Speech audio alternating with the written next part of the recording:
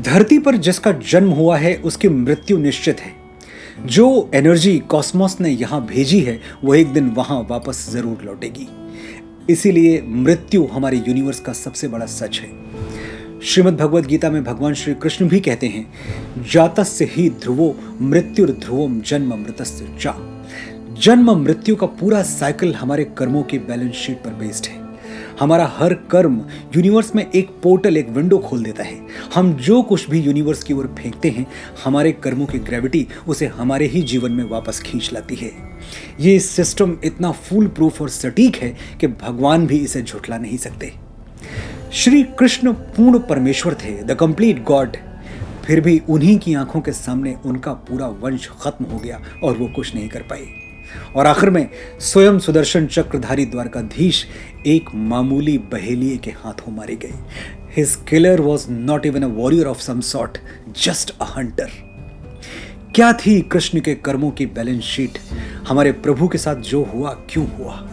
आइए लौटते हैं 5000 वर्ष पहले, क्योंकि उत्तर समय के सिलवटों में कहीं छुपा हुआ है। मैं आपको ले जाऊंगा श्री कृष्ण के अंतिम क्षणों में और डिस्क्लोज करूंगा महाभारत का एक ऐसा सीक्रेट जिसे बहुत कम लोग जानते हैं।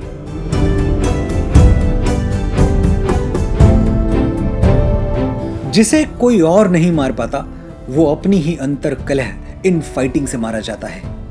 यदुवंश वीरों का वंश है। एक से एक अपराजेय योद्धा हुए हैं कृष्ण के वंश में, लेकिन साथ जुड़ के रह नहीं पाए। कृष्ण के पूरे वंश का सर्वनाश हो चुका है। वासुदेव के बेटे प्रद्युम्न, अनिरुद्ध, सांब सब अपनी अंतिम नींद सो चुके हैं और बड़े भैया बलराम वो भी साकेत धाम जा चुके हैं। इस समय हम प्रभास में हैं, श्री सोमनाथ से लगा हुआ सौराष्ट्र का एक सुंदर लेकिन निर्जन क्षेत्र।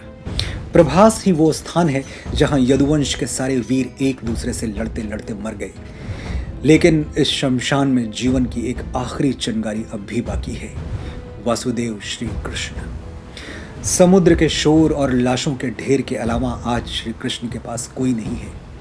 प्रभास के इन सुनसान जंगलों में त्रैलोक्य का स्वामी 16 कलाओं के साथ जन्मा पूर्ण पुरुष आज अकेला भटक रहा है।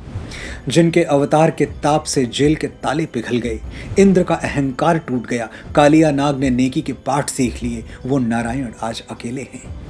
कल गोपी ग्वालों से लेकर तमाम राजे महाराजे जिनका गौरव गान करते थे, वो केशव आज अकेले हैं।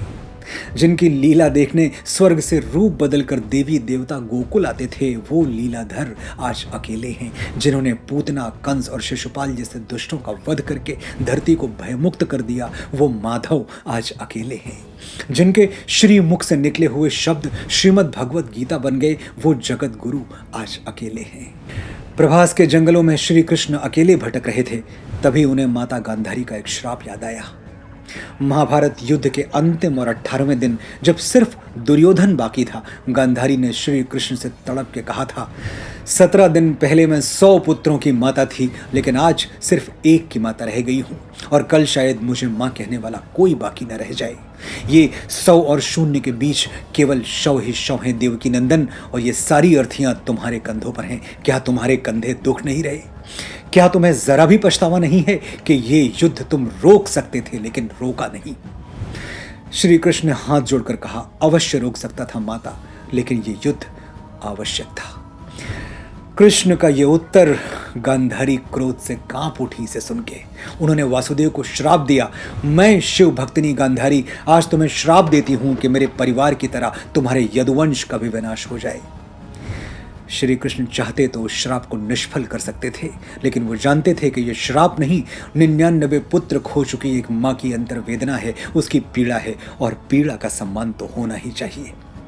गांधारी के श्राप ने ही कृष्ण के पूरे वंश को स्वाहा कर दिया। अपने पुत्रों को याद करते करते कृष्ण के होठों पर मुस्कुराहट है और आंखों में पानी।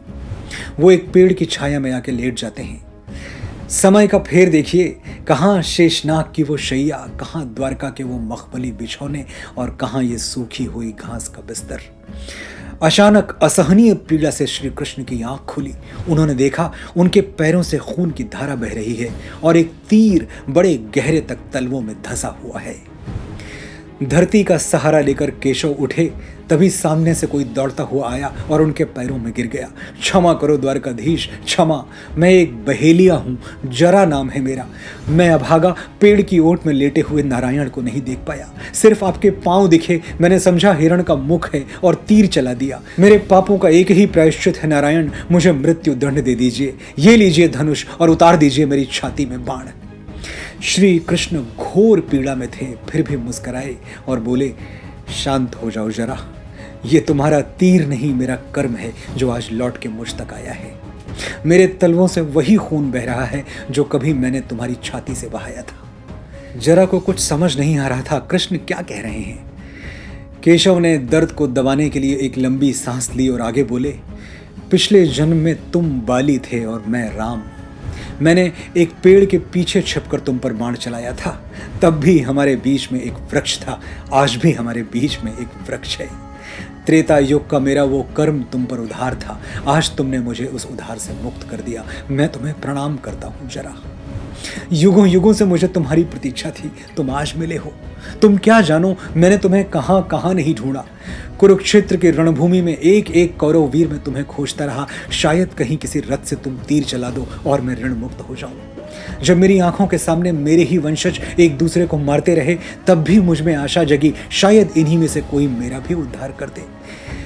बड़ी देर कर दी जरा, लेकिन अब आ ही गए हो तो आंसू मत बहाओ, मेरे ऋण मुक्त होने का उत्सव मनाओ। मैं भी जाता हूं, तुम भी जाओ, संजोग हुआ तो फिर किसी जन्म में मिलेंगे।